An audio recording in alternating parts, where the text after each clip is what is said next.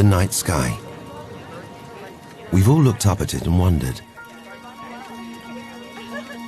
what's out there? Where does it end? When did it begin? We could spend forever wondering. Or we could set out to see the universe for ourselves and travel as far as we can go. To feel the fierce heat of burning stars. Face the force of violent cosmic collisions. Dodge Death Stars and insatiable supermassive black holes. Witness the birth of new stars and reach the limits of human understanding.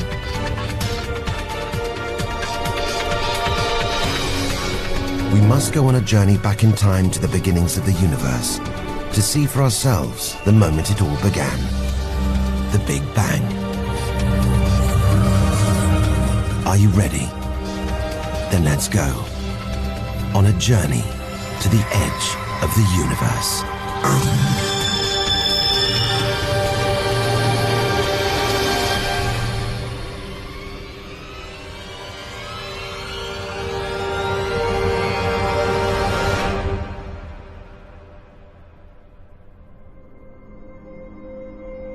This is the beginning of space. Only 100 kilometers up, just an hour's drive from home.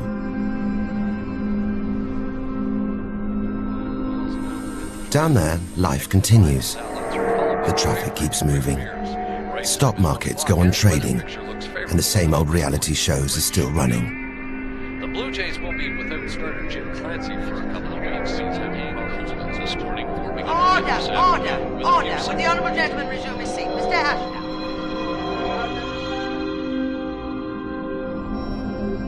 But we have to leave all this behind.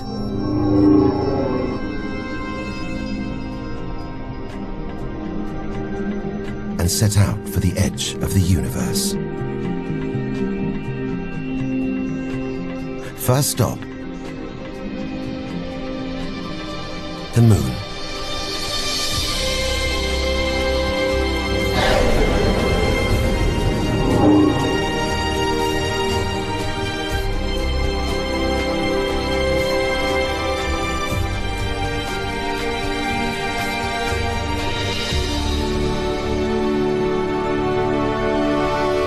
"27 American astronauts have come this way before us. 12 of them have walked on the moon itself. When the Apollo astronauts radioed home, their messages took over a second to reach Earth. Even though the messages traveled at the speed of light, 300,000 kilometers per second. So Mission Control heard events after they'd happened.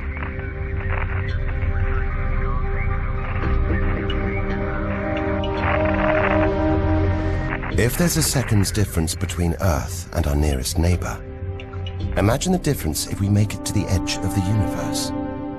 We'd be going back not a few seconds, but billions of years.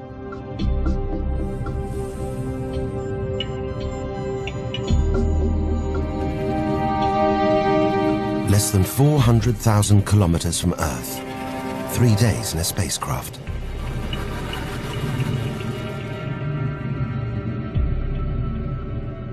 It looks like a deserted battlefield, bombarded by millions of meteoroids and asteroids.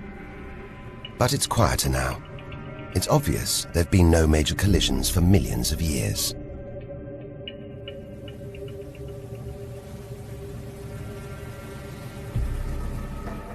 The Apollo 11 lunar module.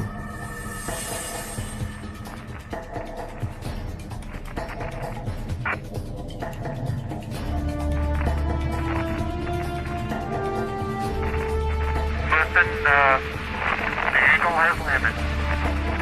It's one small step for man, one giant leap for mankind.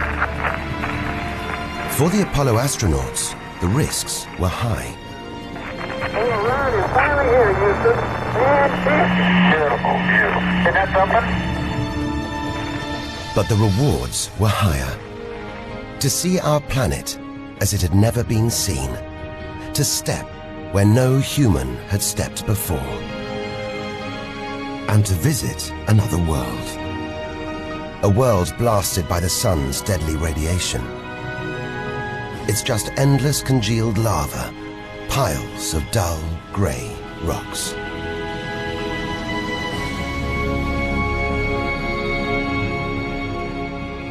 Go ahead. Oh, that view is tremendous. Go for it. The Apollo astronauts took hundreds of them home for scientists to analyze. And it turns out these dull grey rocks aren't so dull after all.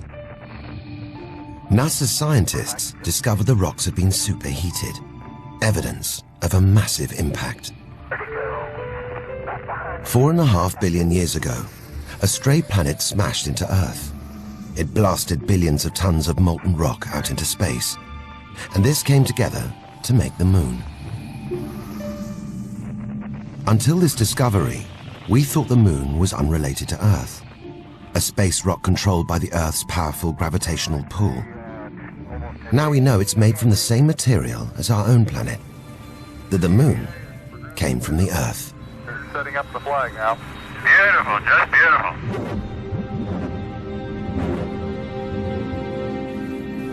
Neil Armstrong's first footprints. They look like they were made yesterday. And with no wind here to blow them away, they should survive for millions of years.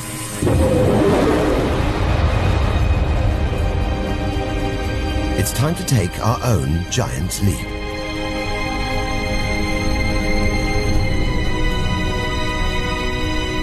Further than any human has ever traveled.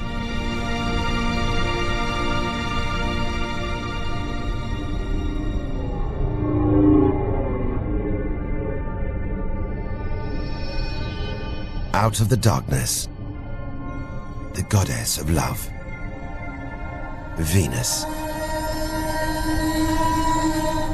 The morning star, the evening star. Venus is the solar system's brightest planet. Its spectacular yellow clouds reflect the sunlight.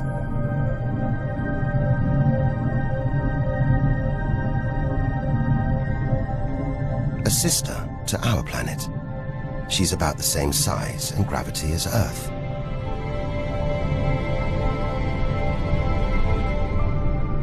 But the Venus Express space probe is telling us these dazzling clouds are made of deadly sulfuric acid, that the planet's atmosphere is choked with carbon dioxide.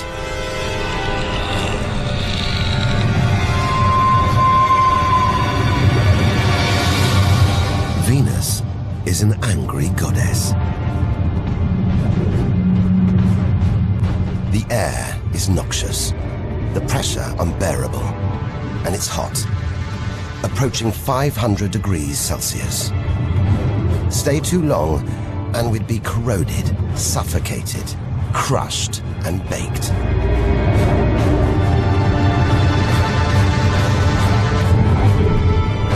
Nothing can survive here. Like this. It's a Soviet Venera robotic probe. Its heavy armor's been wrecked by the extreme atmosphere.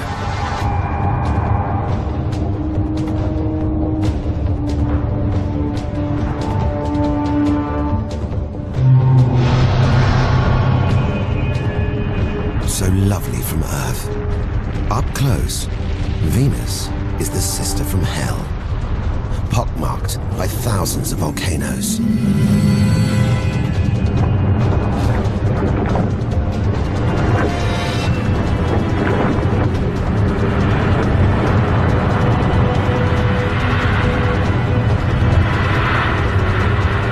All that carbon dioxide in its atmosphere is trapping the sun's heat.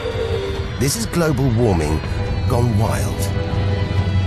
Before it took hold, maybe Venus was calm, more like her sister planet Earth.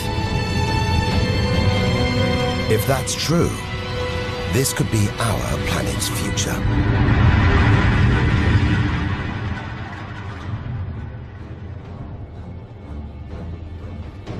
A future shaped by the sun.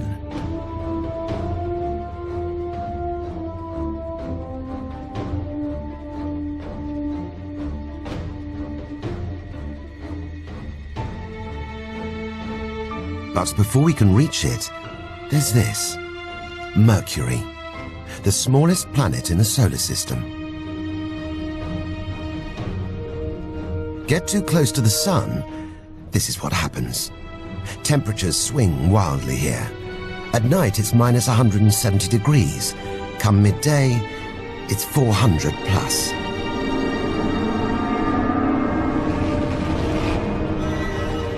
Burnt, frozen, and covered in scars. It seems Mercury had a violent past. The Messenger space probe. It's telling us something strange.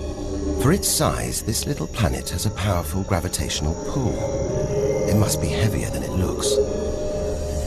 It's like a huge ball of iron, covered with a thin veneer of rock. The core of what was once a much larger planet. So where's the rest of it? Maybe a stray planet slammed into Mercury, blasting away its outer layers, to leave a planet that's almost entirely metal.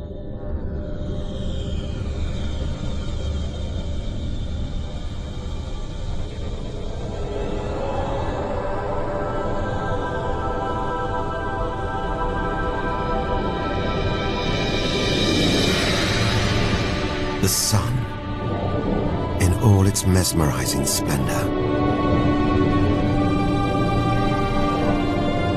Everything we do is controlled by the sun. All our lives depend on it.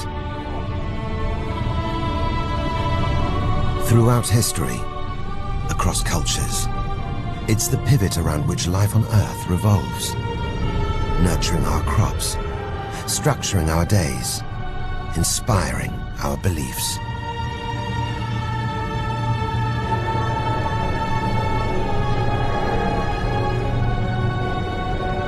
150 million kilometers from home, a 20-year journey by plane. Switch it off, and it's so far away, we wouldn't know about it for a whole 8 minutes. It's so big, you could fit 1 million Earths inside it. So heavy, its gravity controls the entire solar system.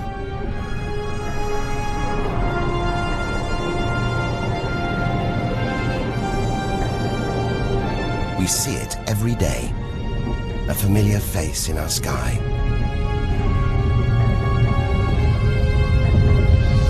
Up close, it's unrecognizable. A turbulent sea of incandescent gas.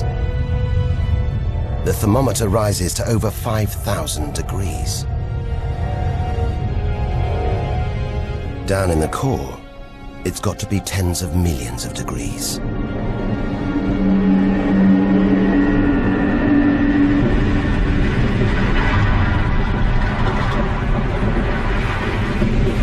Hot enough to trigger a nuclear reaction, turning millions of tons of matter into energy every second. More than all the energy ever made by mankind. Back home, we see this energy as light and feel it as heat. But up close, there's nothing comforting about the sun. It's so full of electrical and magnetic activity, it's bursting out in these huge incandescent gas loops called prominences. Each one releasing more energy than 10 million volcanoes. You could get the Earth through one of these loops and still have tens of thousands of kilometers to spare.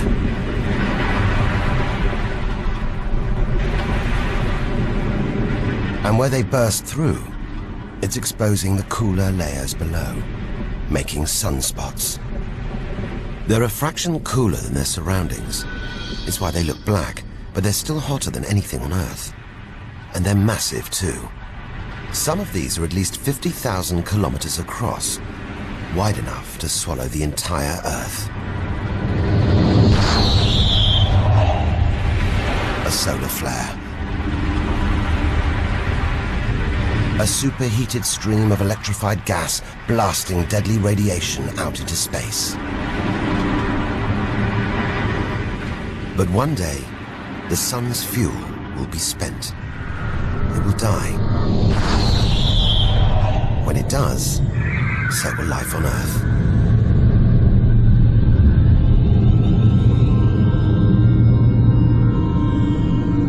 The sun creates life and destroys it. Demands we keep our distance.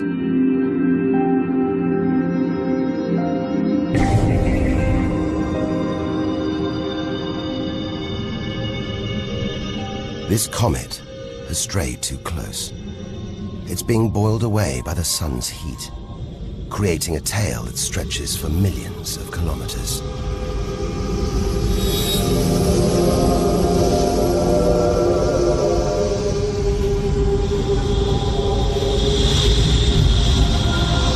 Freezing in here. There's no doubt where this comet's come from. The icy wastes of deep space. Steam, geysers, and dust. It's the sun again, melting the comet's frozen heart. It's a kind of vast, dirty snowball, covered in grimy tar. Tiny grains of what looks like organic material, preserved on ice since, well, who knows when. Maybe even the beginning of the solar system. If a comet like this crashed into the young Earth billions of years ago, it could have delivered organic material and water, the raw ingredients of life. It may have even sown the seeds of life on Earth that evolved into you and me.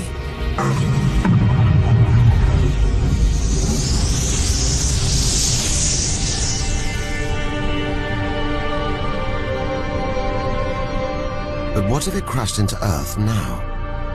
You only have to think of the dinosaurs, wiped out by a comet or an asteroid strike 65 million years ago, to realize it wouldn't be good news. It's just a question of time. Eventually, one day, unless we can find a way to protect ourselves, we'll face the same fate as the dinosaurs. The Earth is safe, for now. But if life on Earth was threatened, we'd need to escape and find another home. Among the millions, billions of planets, there must be one that's not too hot, not too cold, with air, sunlight, water.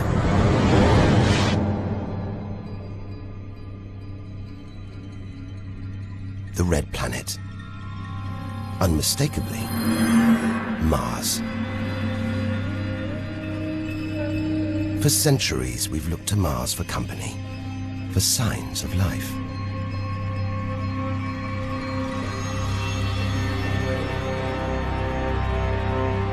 It sounds like science fiction, but today astronomers think Mars could be our best chance of finding alien life. They're watching the planet, scanning it, probing it.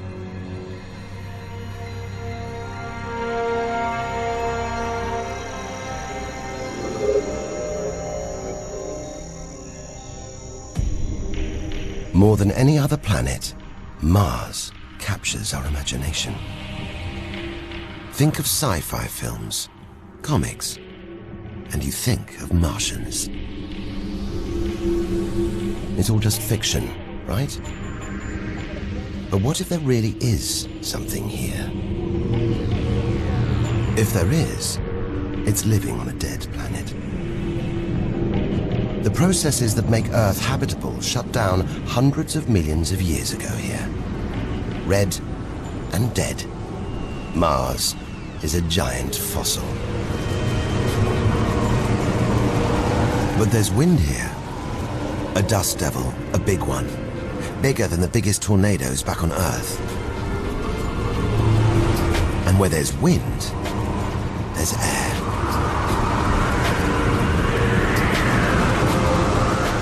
that could sustain extraterrestrial life. But it's too thin for us to breathe, full of choking carbon dioxide. There's nothing to protect Mars from the sun's ultraviolet rays. And it's cold, as low as -80 degrees, freezing water in the ground, at the poles, and even in the atmosphere, as snow.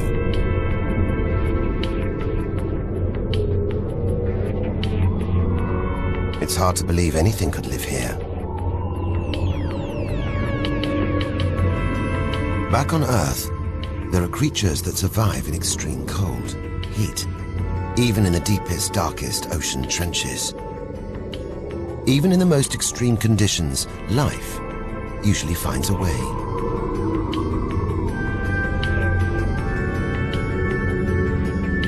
But here on Mars, with no geological activity to replenish the minerals and nutrients in its soil, no heat to melt its frozen water, and all this dust, it's hard to see where we're going.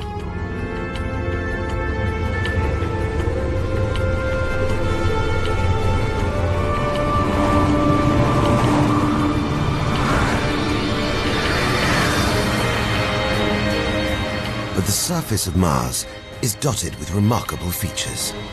So huge, they're impossible to miss.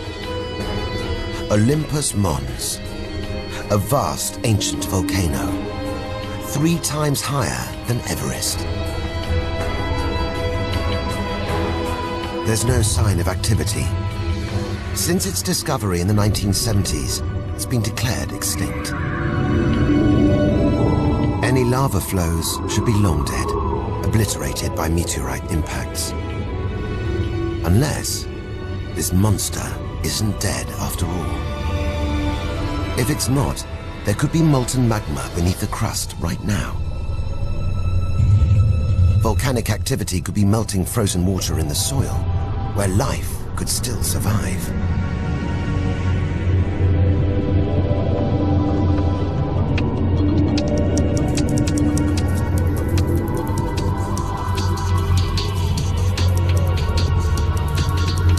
This makes the Grand Canyon look like a crack in the pavement.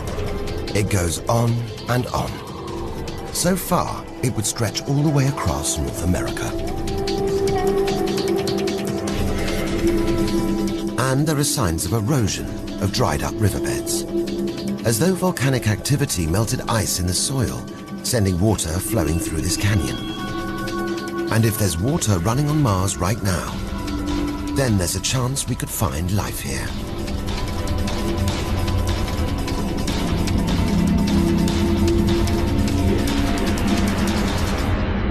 So the hunt is on. Trundling across this desolate landscape, the NASA rover Opportunity. It's finding evidence that these barren plains were once ancient lakes or oceans that could have harbored life.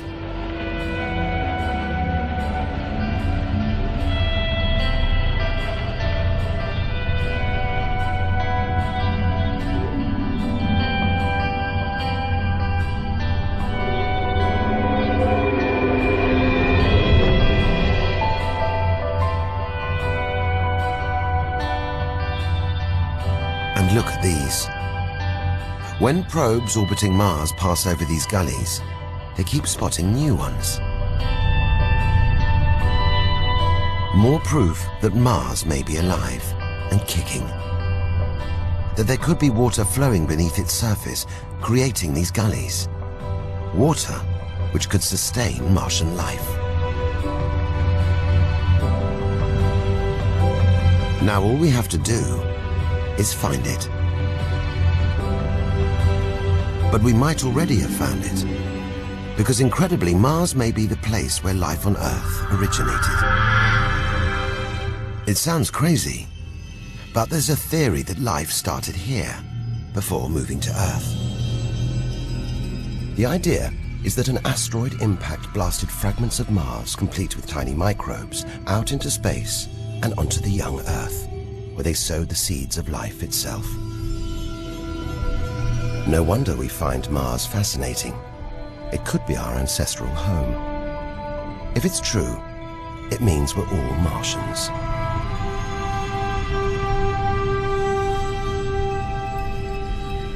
We thought this was a dead planet, but it may be more alive than we ever imagined.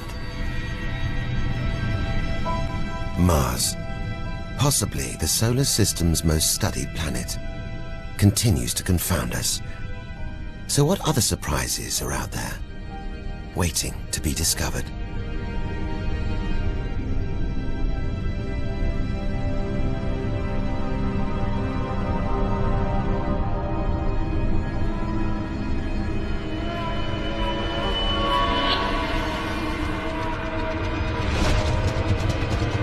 This is like being inside a giant computer game.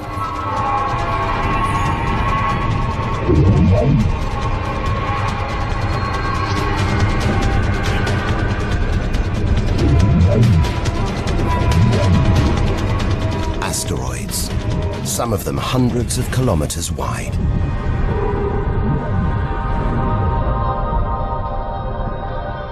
This one must be about 30 kilometers long. And look. It can't have been easy parking a probe on an asteroid traveling at 80,000 kilometers an hour.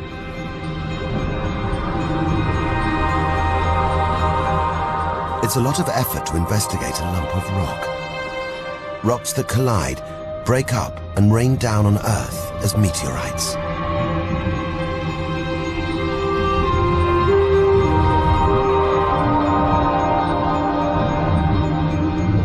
It was rocks like these that came together to make the planets, including our own.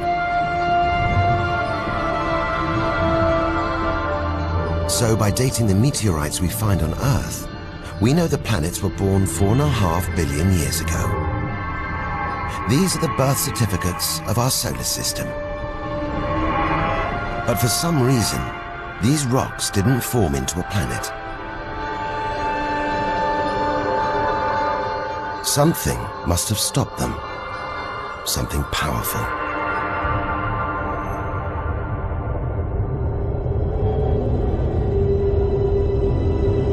Jupiter. What a monster. At least 1,000 times bigger than Earth. So vast, you could fit all the other planets inside it. Something this big is going to have a major effect on its neighbors. Its gravity is stopping the asteroids from forming a planet. But this huge planet is almost all gas. Land here and we'd sink through its layers, probably never hitting a solid surface.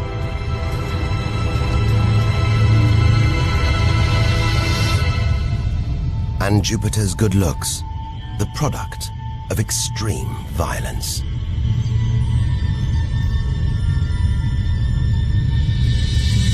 It's spinning at a huge rate, whipping up winds to hundreds of kilometers an hour, contorting the clouds into stripes, eddies, whirlpools.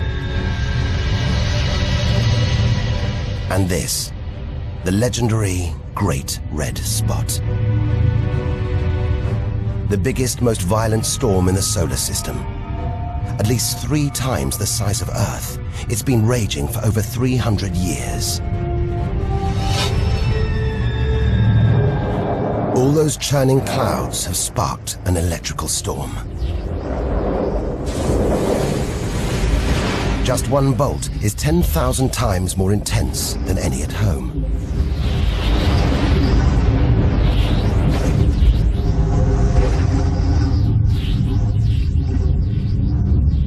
It seems the best place, the safest place to see Jupiter is from a distance.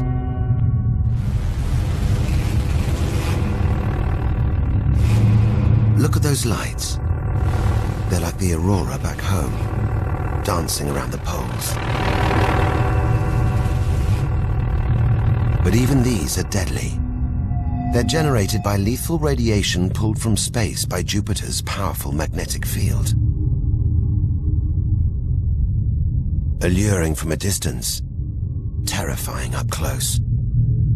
Out here, nothing is what it seems. The universe is full of contradictions. We have to proceed with caution, weaving through the paths of Jupiter's 62 or more moons. This multicolored moon is called Io.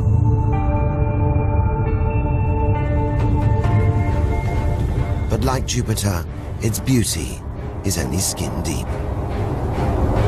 Those pretty colors are molten rock, sulfur, volcanoes spewing burning hot ash and sulfur hundreds of kilometers into the air. Jupiter's mighty gravitational pull is twisting and stretching Io, creating enough friction to melt this moon inside. On our journey to the edge of the universe, we found no life, nowhere we could call home, so far. But there's always another planet, moon, another world of possibilities just over the horizon.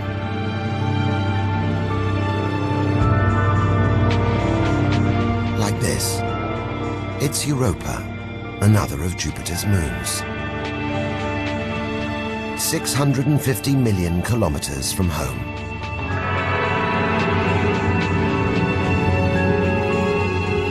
What a weird-looking place. And yet it seems strangely familiar. It's a bit like the Arctic, with all that ice, all those ridges and cracks. And maybe, like the Arctic, this ice is floating on water. Liquid water. It's a fascinating possibility. But we're 800 million kilometers from the sun. Europa should be frozen solid. Unless Jupiter's gravity is creating friction deep inside, stopping Europa from freezing, allowing life to develop in the waters beneath its frozen crust. We might be meters away from aliens, from a whole ecosystem of microbes, crustaceans, maybe even squid. The only thing between us and the possibility of alien life, this layer of ice. But until we send a spacecraft to drill through the ice, Europa will remain one of the solar system's greatest mysteries.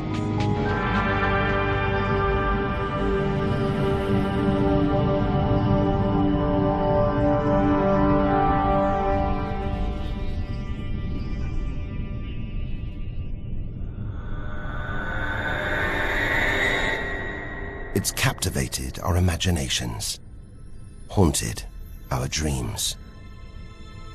And here it is, spinning before our eyes. Saturn, the jewel in the solar system's crown. There's something magical about Saturn. A giant ball of gas, so light it would float on water. Its spectacular rings would stretch almost from Earth to the Moon. But they're just a few hundred meters deep. The Cassini orbiter. It's picking up ghostly radio emissions, probably generated by auroras around Saturn's poles. This is the real music of the spheres. And it's telling us these rings are most likely all that's left of a moon shattered by Saturn's gravitational pull. Incomparable beauty from total destruction.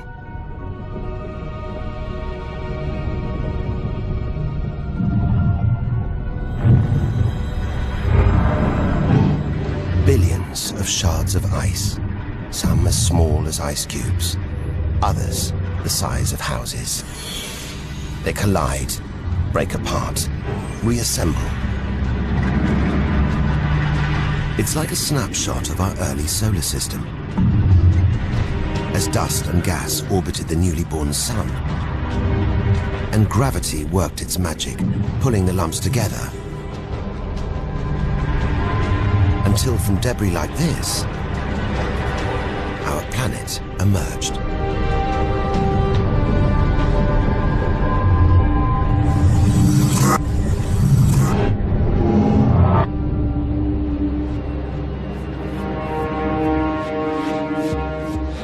Every single object orbiting Saturn is technically a moon, from the smallest shard of ice to this.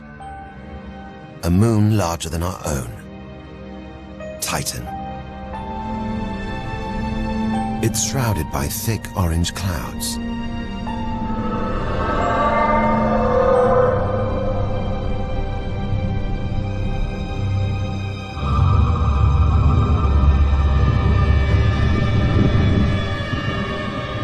But beneath them, it seems like there's an atmosphere down here. There's wind, rain, even seasons. And rivers, lakes, and oceans. It's the most similar place to Earth we've seen so far. Except that's not water. That's liquid natural gas. There must be hundreds of times more natural gas here than all the Earth's oil and gas reserves. If we could get it home, it could power our cities, fuel our cars for thousands of years. Or maybe, one day, we could use it here to fuel a colony, assuming there isn't life on Titan already. The Huygens space probe, dropped onto Titan's surface from Cassini, is here to find out. It's telling us there are organic materials in the soil, but it's so cold, minus 180 degrees. There's no way these could come together to form life. Unless Titan warms up. The sun is predicted to get hotter. When it does, maybe life will spring up here, just like it did on Earth billions of years ago. As the Earth gets too hot for us, maybe we'll move to Titan. One day we might call this distant moon home.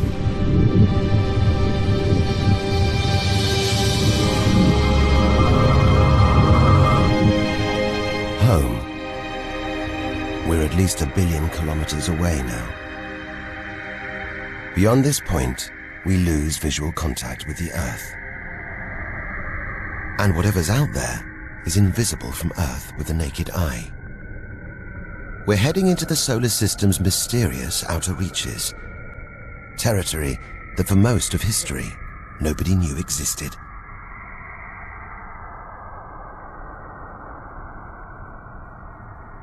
It's like diving down into the deep ocean.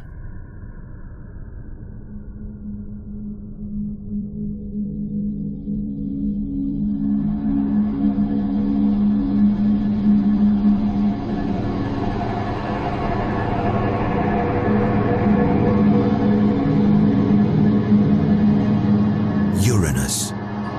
Its strange rings were only discovered in 1977. They make this giant planet look as though it's been tilted off its axis, toppled over in an ancient collision, perhaps with a stray planet. It feels a long way from home.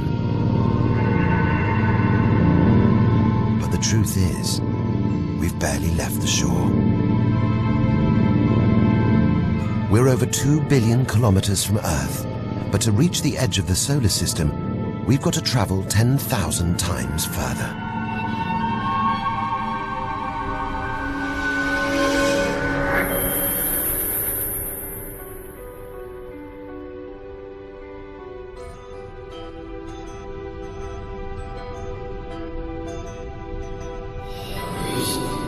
Out of the inky blackness, another strange beast, the god of the sea, Neptune.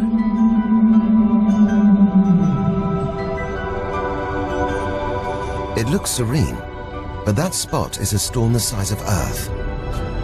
whipped up by savage 1,500-kilometer-an-hour winds.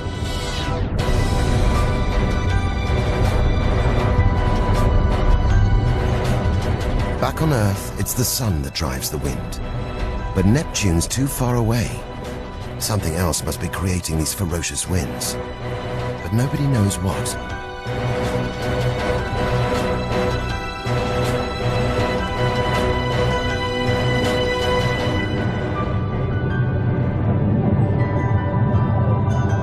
Plunging further into the solar system's outer reaches. Orbiting the gas giant, a solid moon, Triton. It's solid, but far from stable.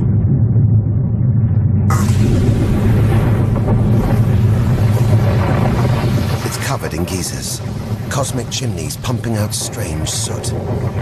And it's orbiting Neptune in the opposite direction to the planet's spin. A cosmic battle of wills that this angry moon is always going to lose. It's being slowed down, reeled in by Neptune's massive gravity. One day Triton will be ripped apart.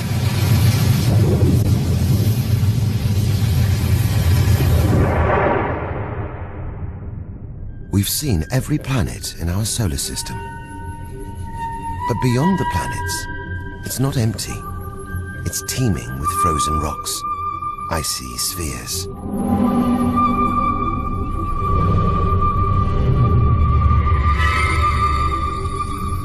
Like Pluto. Until recently, it seemed Pluto was alone, that there was nothing else out here. We were wrong. More frozen worlds. Discoveries so new, nobody can agree what to call them.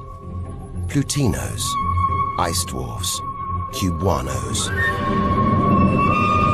It seems our solar system isn't the neat model we thought it was. It's littered with debris and rubble left over from its creation. Over 13 billion kilometers from home. The most distant thing ever seen to orbit the sun. Another small, icy world, called Sedna, discovered in 2003. Its orbit takes 10,000 years and sends it 130 billion kilometers from the sun. There's something else out here. 16 billion kilometers from home, the space probe Voyager 1. If it wasn't for this, we'd have no images of the giant planets, no clue about their strange moons.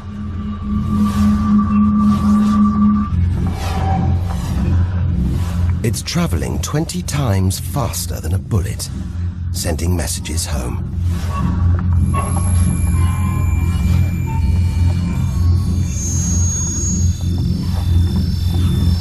That gold panel, it's a kind of intergalactic message in a bottle. There's a greeting recorded in 55 different languages. Hello from the children of planet Earth. Hola y saludos a todos. And a map showing how to find our solar system. But do we really want to advertise our existence? Anyone, anything could hear our call, find out where we live, and come knocking. Friend or foe.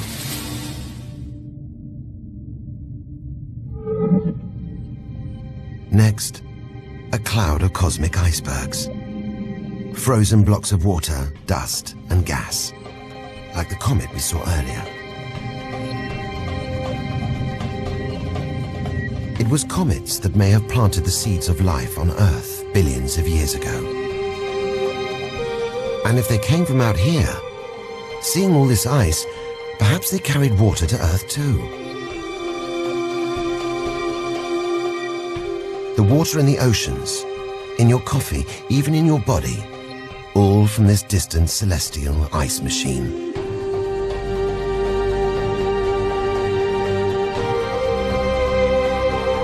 We're 8 million. That's 8 trillion kilometers from home. On the very edge of our solar system. On the brink of going where no human, no probe has gone before.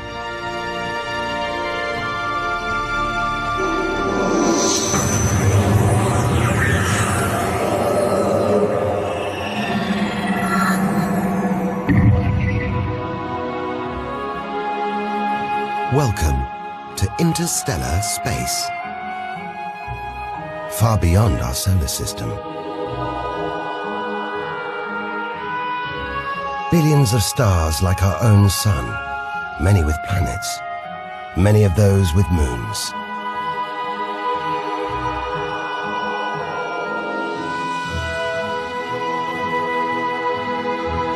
Infinite possibilities in every direction. Whichever way, we're going to need a serious burst of acceleration.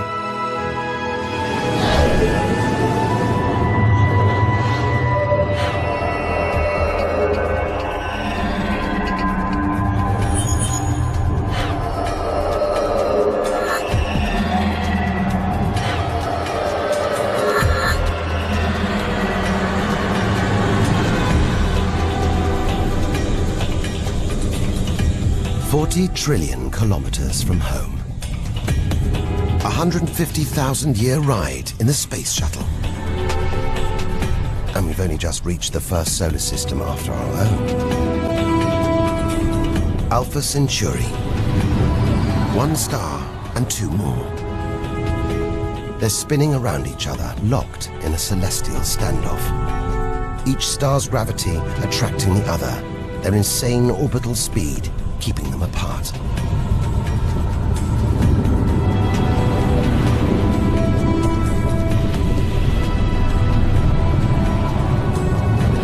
We're so far from home now, the kilometers are becoming meaningless. We're going to have to talk in light years.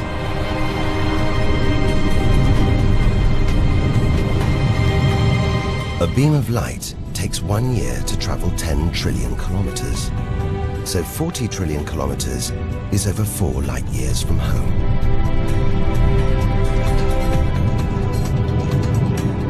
It's mind-boggling.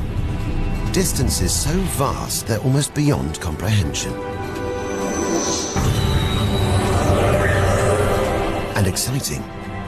Who knows what strange worlds lie ahead?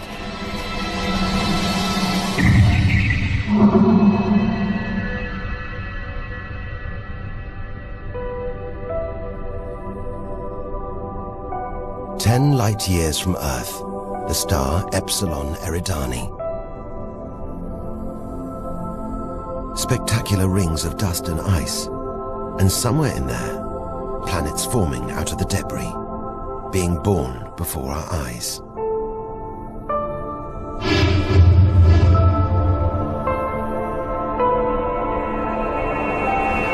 Asteroids and comets everywhere.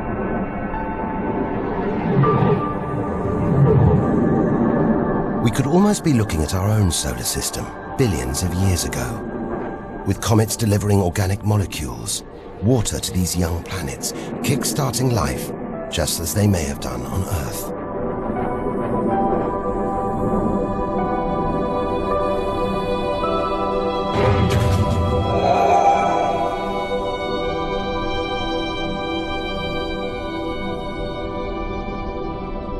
At the center of all the action, a star smaller than our own sun. It's still in its infancy. Any life in this solar system would be primitive at best.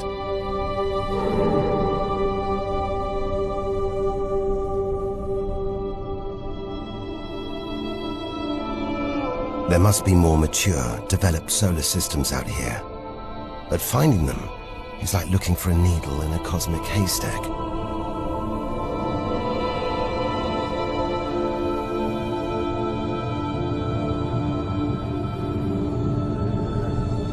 We're now 20 light years from Earth.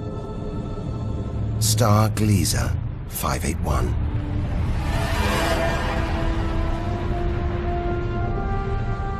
It's about the same age as our sun.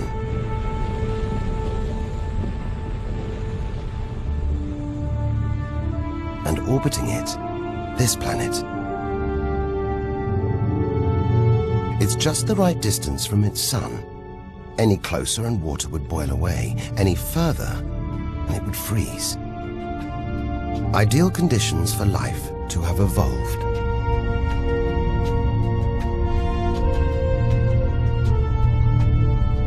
And if comets have struck, delivering water and organic materials, then life, complex beings like us, even civilizations like our own, could be down there, right now.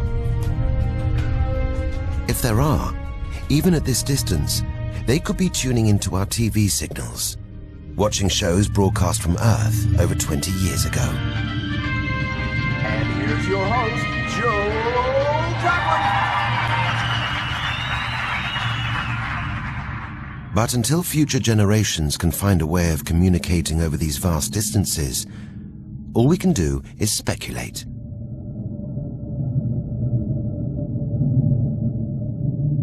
In fact, life may have already prospered here, only to have been annihilated.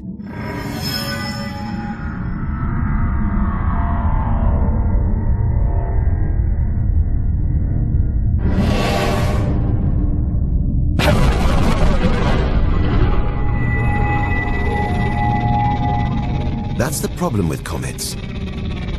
They're creators and destroyers, as the dinosaurs found out the hard way.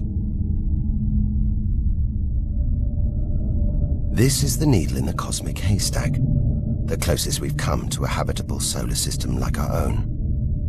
But it's a chance encounter. There could be hundreds, millions more solar systems like this out here, or none at all.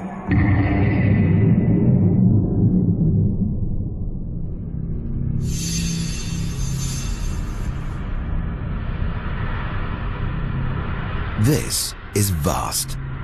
And look, some of its atmosphere is being boiled away by its nearby star. It's the planet Bellerophon.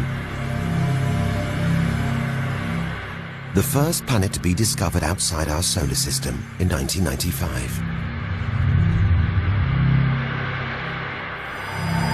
The problem is, from Earth it's hard to spot, obscured by the brilliance of its neighboring star. But it has a minute gravitational pull on its parent star. Measure these tiny movements trillions of kilometers away, and we can prove this planet exists. That's how we tracked down Bellerophon and opened the floodgates to the discovery of hundreds of other distant planets. The further we go, the further back in time we travel. We're 65 light years from Earth. Tune in on this bright star, and you'd pick up TV signals from Hitler's Berlin Olympics in 1936.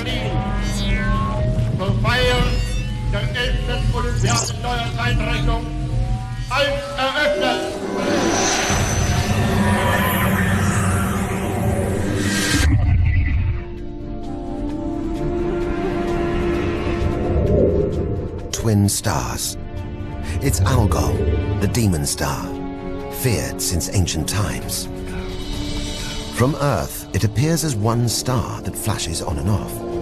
But up close, we can see in reality, it's two stars. And one is being sucked towards the other. Almost 100 light years from home. Listen. One of the first ever radio broadcasts. Just a faint whisper. We'd appreciate it if anyone hearing this broadcast would communicate with us. We are very anxious to know how far the broadcast is reaching. And then silence. From here on out, it's as if Earth never existed. Any aliens living beyond here will have no idea we're there.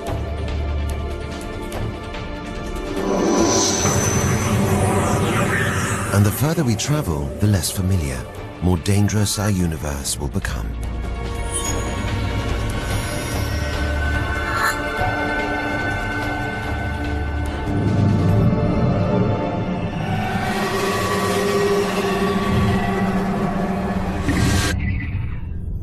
Deep inside our galaxy, the Milky Way, a vast celestial library. Each star a book with a story to tell. The Seven Sisters, transformed into stars in ancient Greek myth.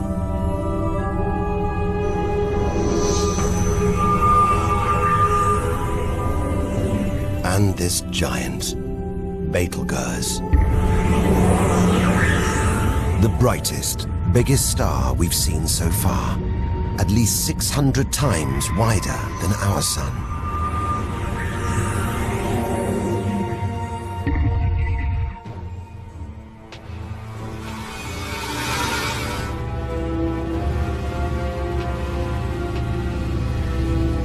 But this, it's not a star. Not a planet. Not like anything we've ever seen.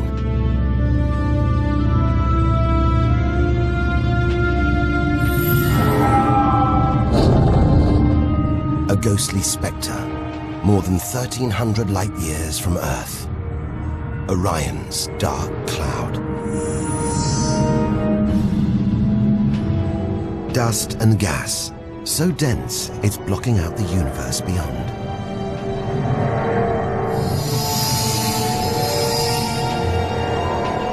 And deep inside, a ball of light, pulling the dust and gas towards it, heating up, merging into a ball of burning hot gas, like a star, like our sun, in miniature. Inside, temperatures reach millions of degrees. So hot, it's beginning to trigger nuclear reactions, the kind that keep our sun shining. Making energy, radiation, light. A star is being born.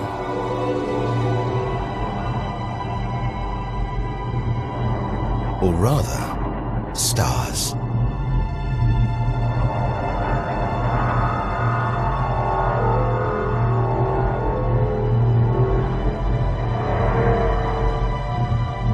Orion's dark cloud is a vast star factory.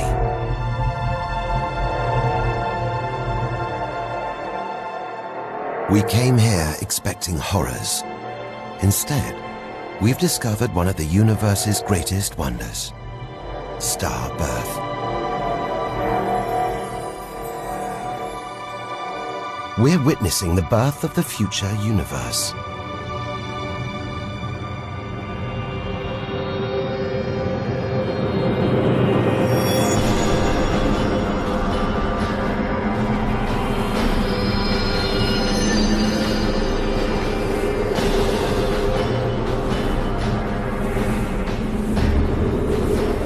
Jets of gas, exploding outwards at 200,000 kilometers an hour. Blasting dust and gas out for millions of kilometers.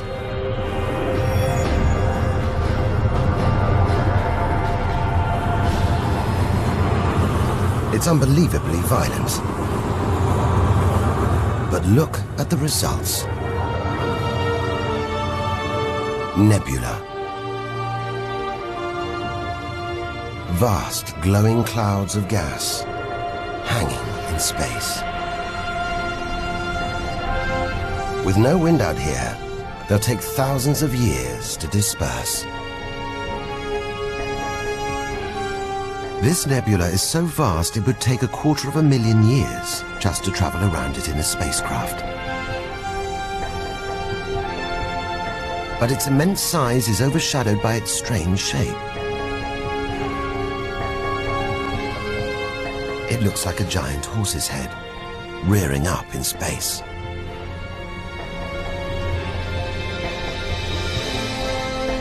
Stars are born, grow up, and then what? Do they die? Do they slip quietly into the night, or go out with a bang? Whatever happens next will happen to our own sun. Its fate lies out here, somewhere. nearly 4,000 light-years further. Luminous clouds suspended in space, encircling what was once a star like our sun.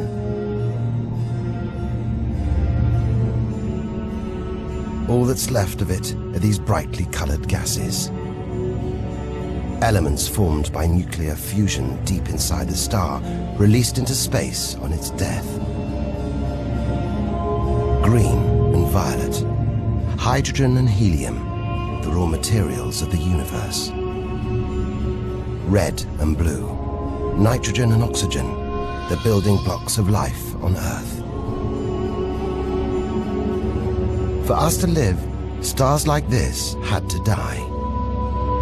The oxygen in our lungs, the nitrogen in our DNA.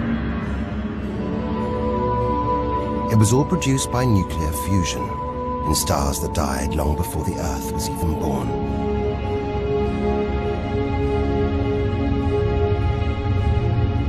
We are made of stellar nuclear waste.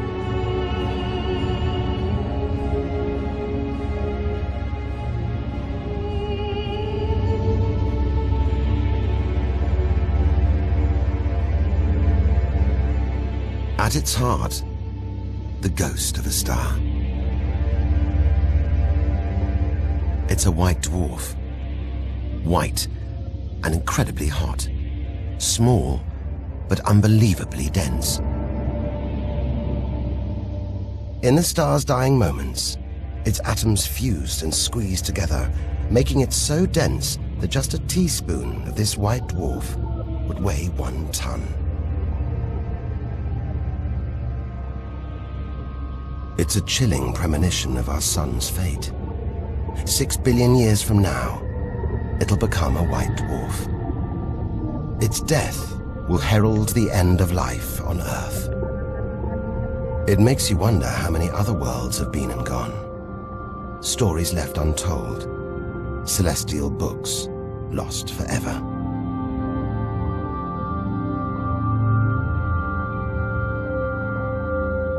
But the greatest story of them all is still to be told.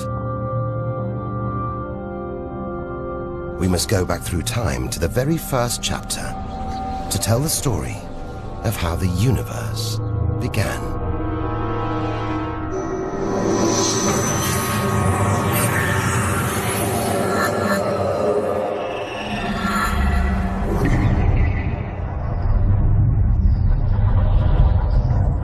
These are the scattered remains of a dead star. A nebula, the Crab Nebula.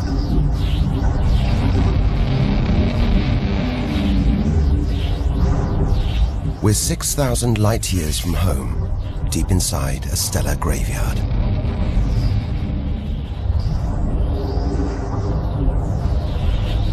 Dust and gas, stretching for trillions of kilometers.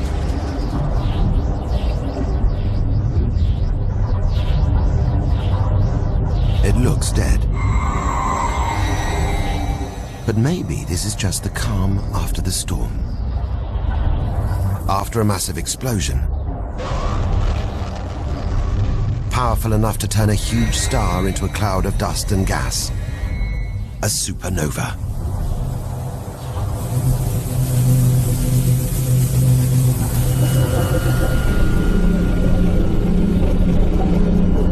The eye of the storm, a spinning, pulsating star, a pulsar.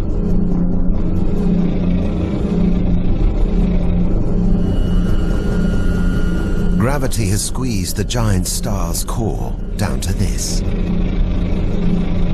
It's just 20 kilometers across, making it unimaginably dense.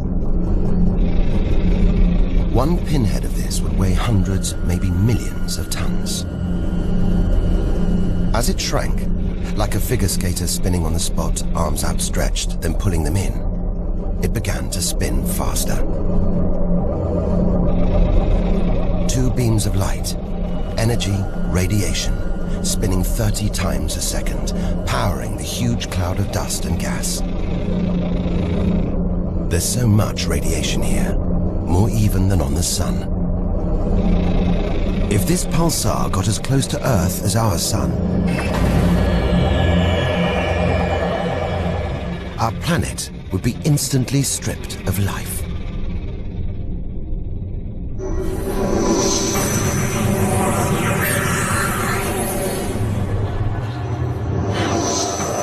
That was easily the deadliest thing we've encountered so far.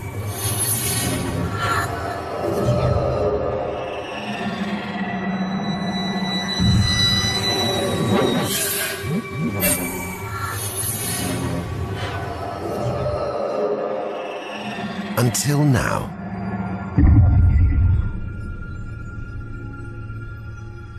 It's the one thing we didn't want to encounter. Impossibly black, blotting out the stars behind it. We're staring into the face of death. The remains of a giant star. A black hole.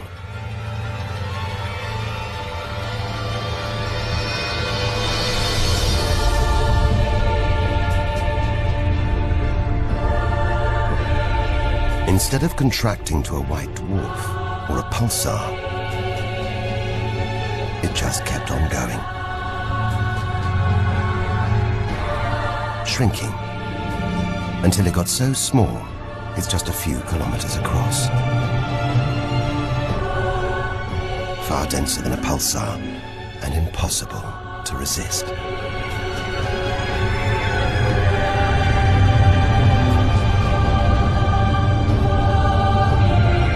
Stray too close, and there's no turning back.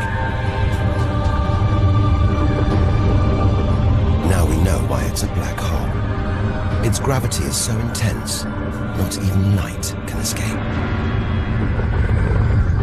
This asteroid, a lump of solid rock, is stretching, being dragged towards the gaping hole.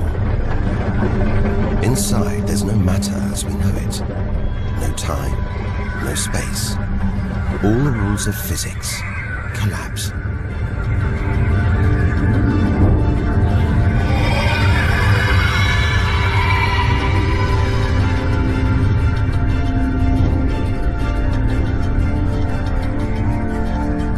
The asteroid is gone. Truth is, nobody really knows where. We're looking at the limit of scientific knowledge. There could be millions of black holes creeping around our galaxy. More perhaps than all the stars in the sky. But we wouldn't see them until it was too late.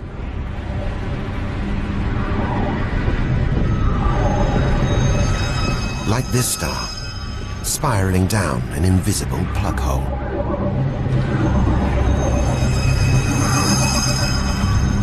Who's to say we don't live inside a vast black hole? That the whole universe isn't inside one right now, inside another universe. Sometimes it feels like the more we see, the less we know.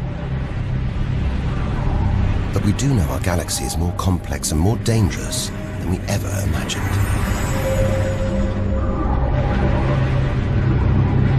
And we're only in our own galaxy, the Milky Way. The rest of the universe still lies ahead.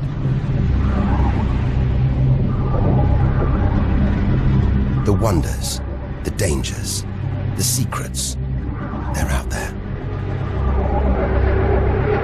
But first, we've got to find a way out of the Milky Way.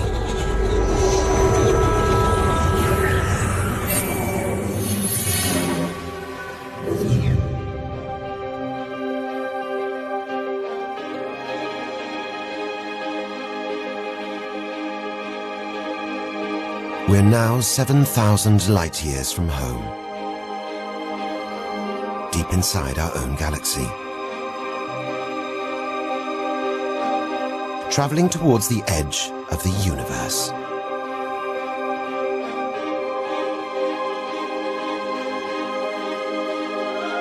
We still have to journey many millions of light years. But there's plenty to see on the way. A colossal glowing cloud topped by these great towers of dust. The pillars of creation. Like a gateway into the far galaxy. Both pillars are studded with tiny bulges, embryonic star systems, each one the size of our solar system. It's another monument to nature's astonishing creativity. But not a permanent one. Radiation from hot stars nearby is destroying it. In just a few million years, this immense nebula will be gone. The blink of an eye in astronomical terms.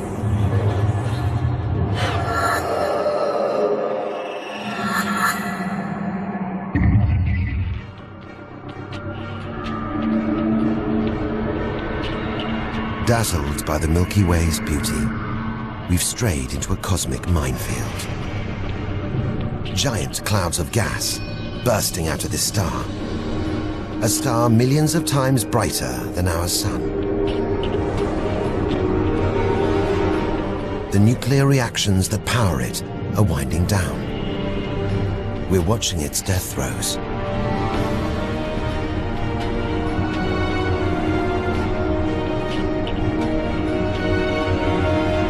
Eventually, the core will implode.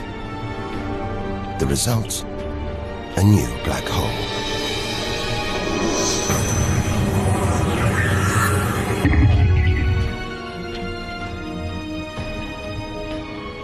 An even bigger, even more dangerously unstable star. But this one's about to explode. And when a star this big dies, it's 100 times more violent than a supernova. Somehow we've stumbled into the most violent star death imaginable. A hypernova.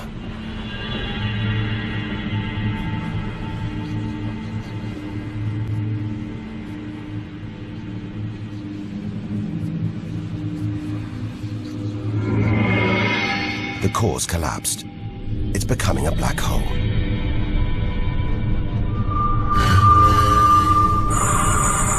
And that's the shockwave, surging through the star, ripping its outer layers into space.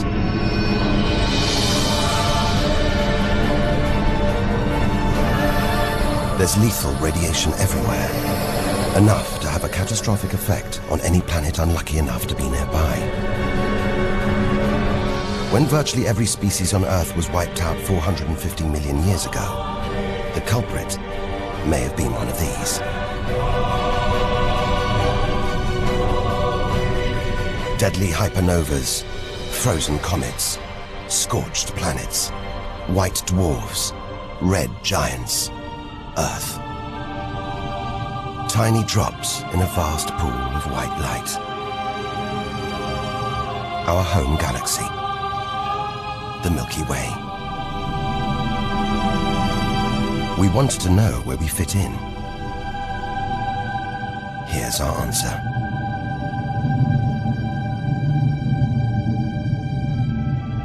Civilizations, past and present. Everyone that's ever lived. The smallest bug, the highest mountain, all of it invisible. Not even a tiny speck.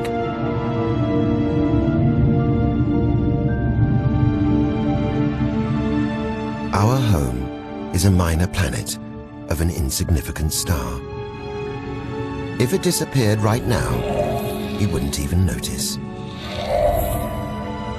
And yet, so far we've found nowhere else we would rather live. Nowhere we could live.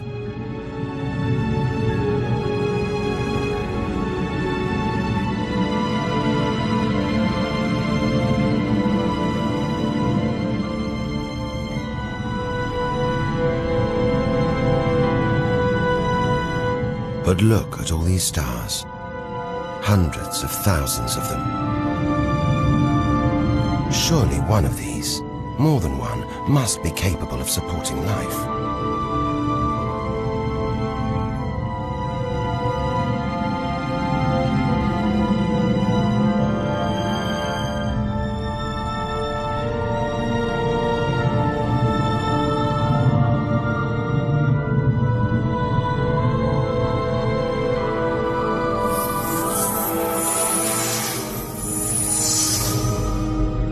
here in this swarm of stars, the Great Cluster.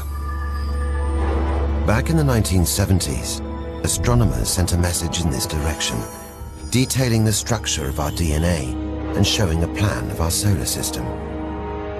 But it's so far from home, the message won't arrive for at least another 25,000 years.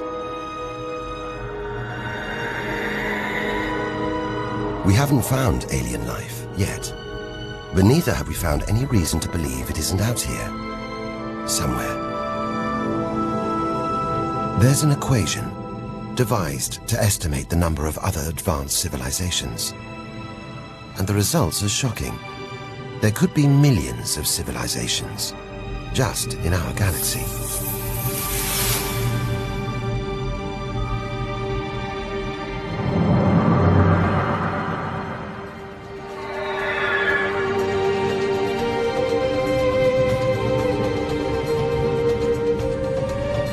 Everything we have seen so far is inside the Milky Way. Now here's our chance to see other galaxies, to glimpse the even bigger picture, and perhaps to answer the ultimate question: where does all this come from? It's time to leave our solar system, our galaxy.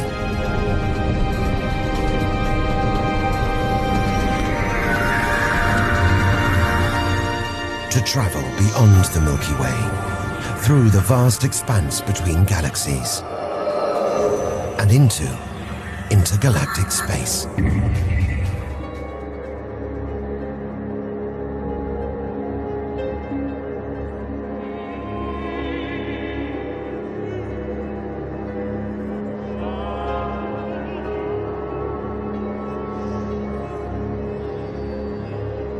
Out here, there's no horizon in sight.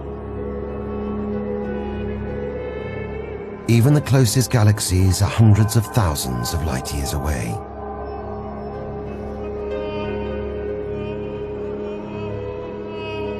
The remains of galaxies ripped apart by the Milky Way's huge gravitational pull.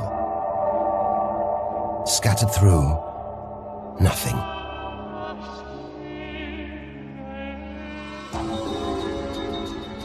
This is as close as the universe gets to a perfect vacuum. But even this isn't totally empty. There are thin wisps of gas, fine traces of dust, and something else. Dark matter. So mysterious, we can't see it, feel it, touch it, or even measure it. Yet so common, it could make up over 90% of all the matter in the universe. If dark matter does exist, it means there's no such thing as empty space. Even out here, we're surrounded by matter.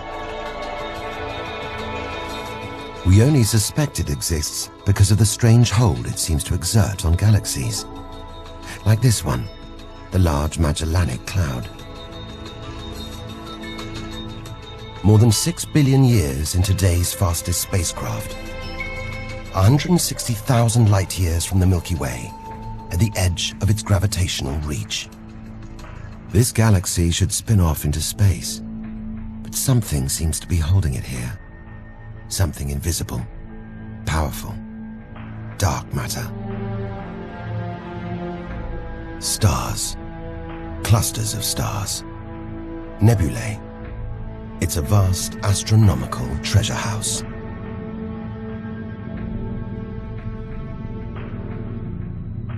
A fireball, expanding out from what must have been a massive explosion, a supernova. So bright that when light from the explosion reached Earth in 1987, it was visible with the naked eye.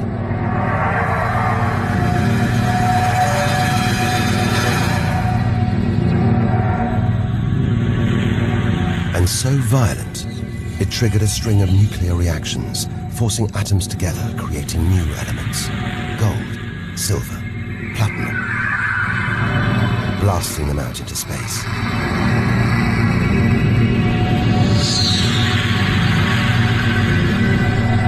gold in the ring on your finger was forged in a massive supernova like this, trillions of kilometers away, billions of years ago.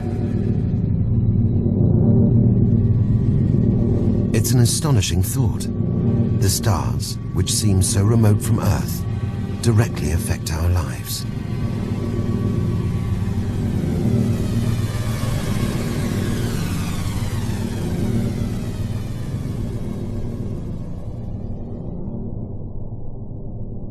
It's comforting to remember as we venture further through the abyss.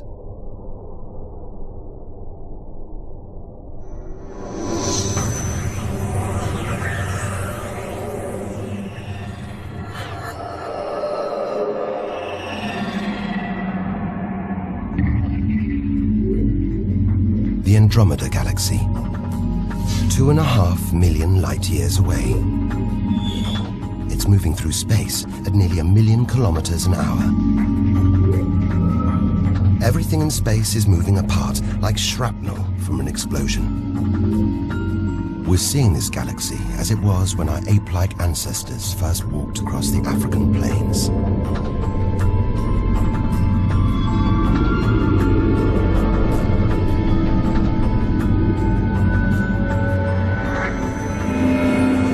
We go further through space and further back in time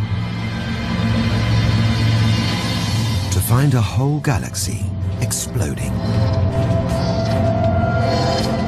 The only thing large enough to cause an explosion on this scale has to be a collision with another galaxy.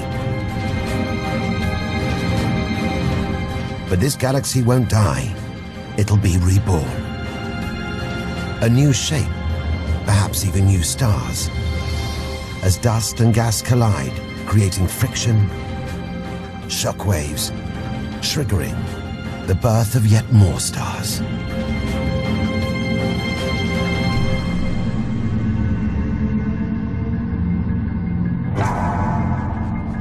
There's order in this chaos, a pattern behind the infinite variety, an endless cycle of birth and death, creation and destruction. It's a pattern woven through the vast fabric of space that binds each of these galaxies. There are billions of galaxies in the universe, each with billions, even trillions of stars. Possibly more stars than there are grains of sand on all the beaches on Earth. And all of these are just the stars that exist now. What about the stars that have been and gone? All the stars being born, yet to be born. We're finally beginning to see the big picture, and it's bigger than we ever imagined. This galaxy, the huge Pinwheel Galaxy, is so far from Earth that if we send a message home now, it will take 27 million years to get there.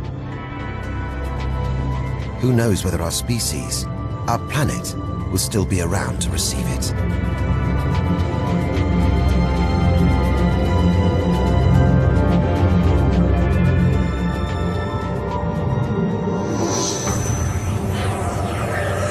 We travel on, back through time. Past the point where the dinosaurs were wiped out. Past the moment where the first creatures clambered onto land.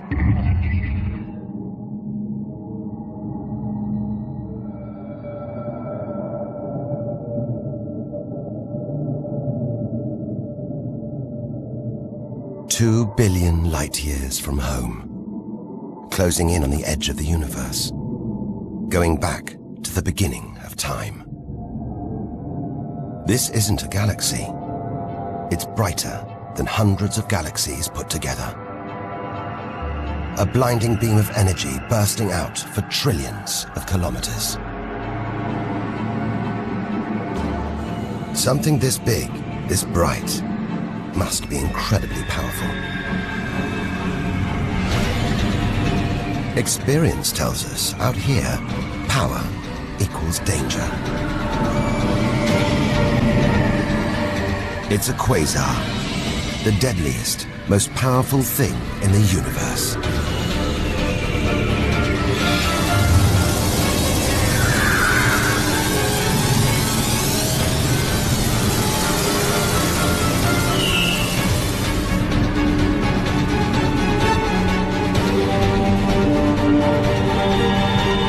A swirling cauldron of super-hot gas. Brighter than hundreds of galaxies.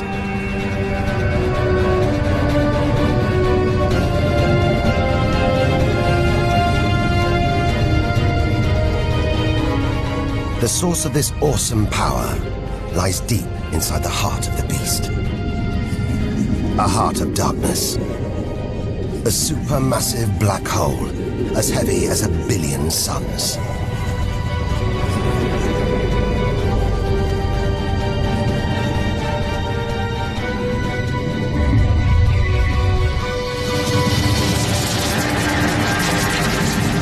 It's ripping apart whole stars, sucking their gases into the quasar, devouring them, until they're nothing, lost forever from the visible universe.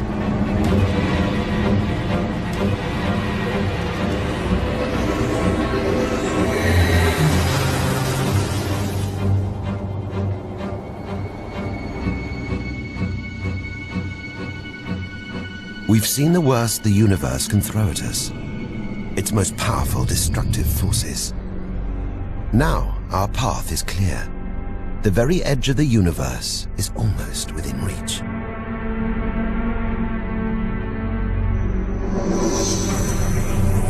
But we still need to go further, faster, if we're to cross the final reaches of the universe.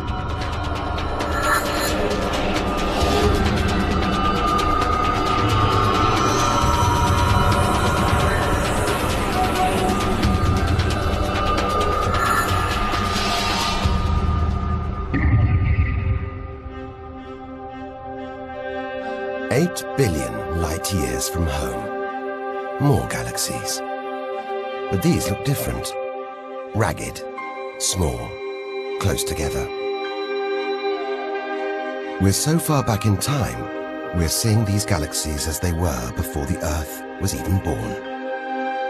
They're still young, still growing.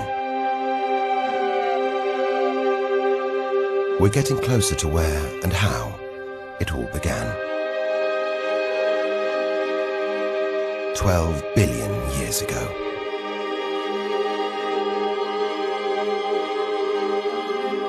Look at the galaxies now. They're more like primitive plankton floating in a vast, dark ocean.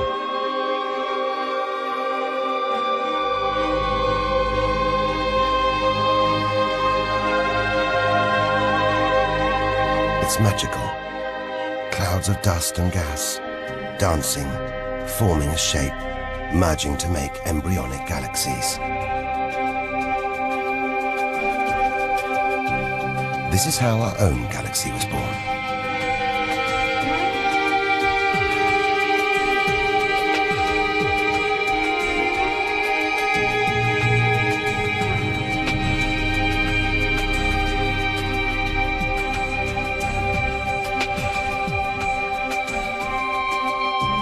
But now, they're disappearing. We've gone back before the stars were born, into a cosmic dark age.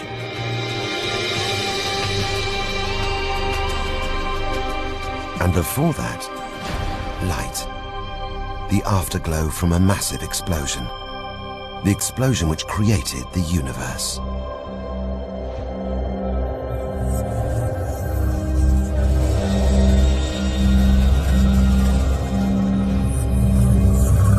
Almost there.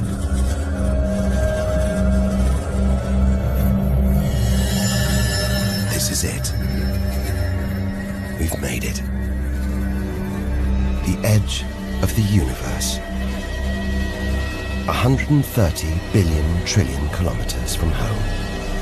13.5 billion years ago.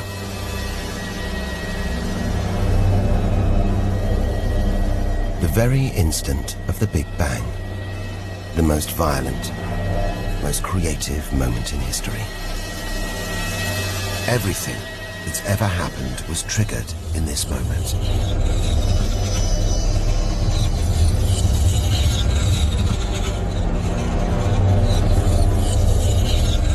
Every religion, every culture has pondered it. But we still don't know what sparked this act of creation, or why. This is where our journey ends, and the universe begins.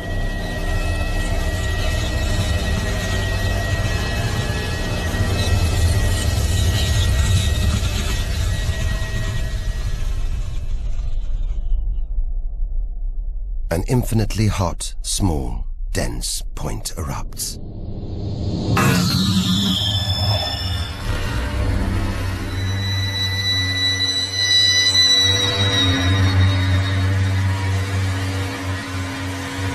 Creating space, time, matter, our universe itself.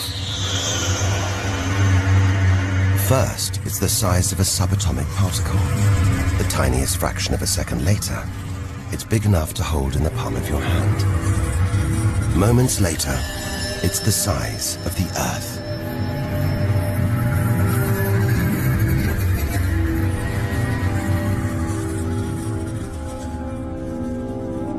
Today, the light from the Big Bang is still spreading out as a hiss of radio static. Your TV aerial picks it up. You can see it as static on an untuned TV.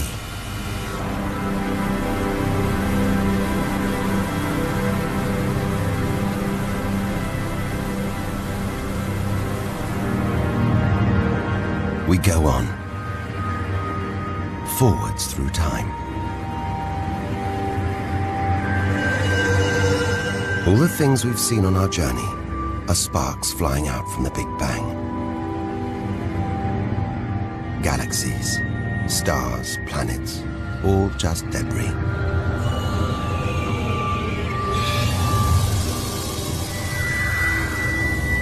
Back through our galaxy.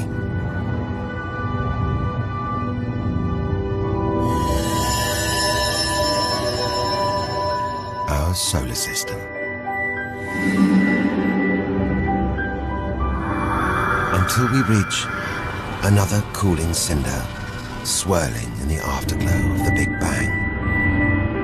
The Earth, our home. But the story doesn't end here. The effects of the Big Bang are still unfolding. The universe still changing.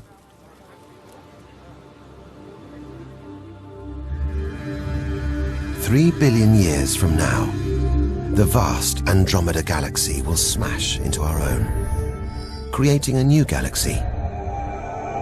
The sun and planets will survive, but they'll be thrown into a huge looping orbit around the new galaxy.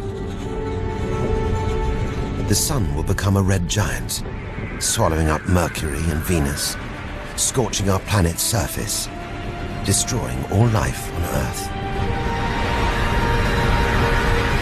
Then it will die, shrinking to a white dwarf. Neighboring stars will die too, to be replaced by white dwarfs, pulsars, black holes. The lights will go down on the galaxy.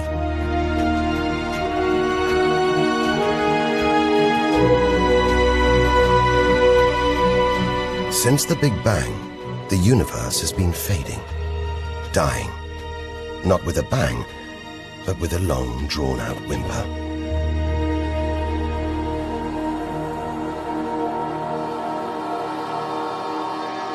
But there could be a way out, an escape route from our dying universe.